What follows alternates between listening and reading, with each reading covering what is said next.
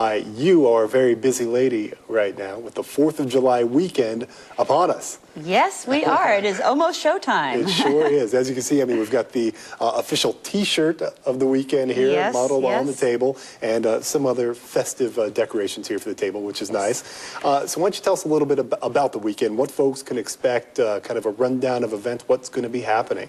Sure. Actually, for over 100 years, the Ashland Chamber's put on this event for Ashland and the community. It's a fun event for the local community. We are kicking off the day with a run you can participate in, and then the parade, actually the Ashland Parade will start at 10:15. Okay. And so our parade will start at 10:15. We have just about 40 entries in our parade. Oh, wow. It's about 25,000 folks that come to join us for that day.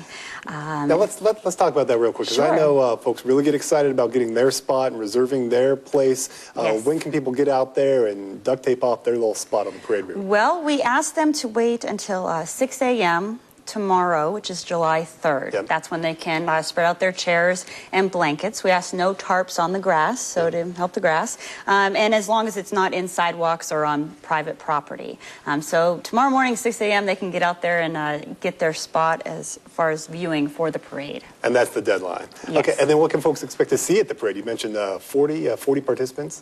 Yes, 40 floats. Our theme this year is commitment to community, actually, and this is our T-shirt winner. Yeah. And commitment to community has really inspired folks to come up with very creative floats, and also looking back upon the history of this parade as well. Yeah. So the parade will start at 10:15. The jets will be flying over to kick that off, and we'll be making our way down Main Street towards Lithia Park. Yes. And so actually then we transition into Lithia Park having food booths, game booths, and information. There's also misters to cool off in the nice. park. That so could be nice. Yes, Lithia Park just comes alive. It's a wonderful family celebration, and the town is just full of excitement wherever you go. You bet. And of course, the fireworks are the big part of the weekend, the big show that everyone's looking forward to. So I want to talk to you more about that. There's going to be stuff happening down at Ashland High School right next to where they're setting the fireworks off, and a band playing that we want to talk about. So stick with us here on NBC5. We'll have much more with Katharine Flanagan after this break.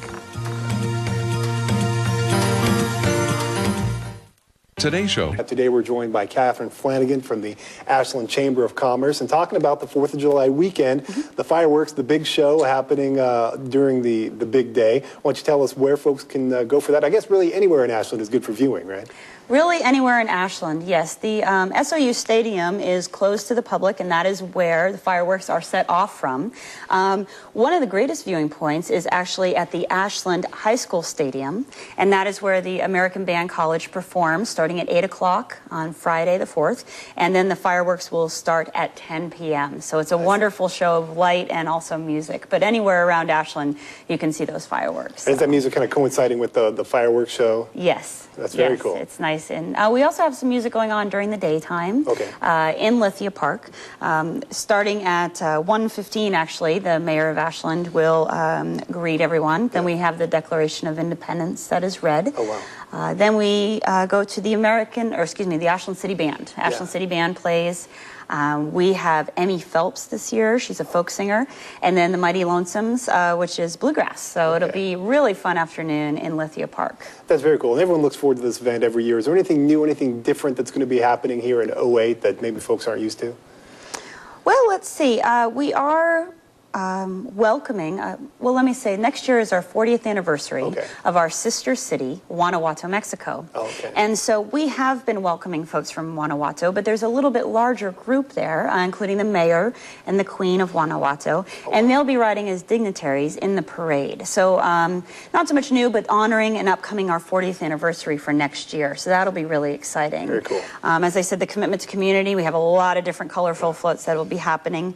And new this year, or different this year, for parents to know, for either lost kids or lost parents, there is the new police contact station right downtown on the plaza. That is where lost parents, lost kids, that's where we'll be directing folks. And that's a little bit of a change as far as safety precaution goes from last year. But very important, with so many people in one place, definitely the little ones probably do get separated once in a while. Right, right. But we are it's a fun and safe event, and that's what we like to keep it that way. So, very cool. Yeah. Well, we see all the decorations. You're going to be very easy to spot because you're going to have your 4th of July sunglasses on. Is that right? Yeah, should I try on? These guys light up. So we'll keep an eye open for Catherine wearing those shades. She'll be easy to spot. There you go. Very festive. Yes, they're quite cool. So. Excellent. Well, Catherine, thank you very much for taking a few minutes to come in here and join us on NBC5. My pleasure. Stick with us. We'll be right back after this break.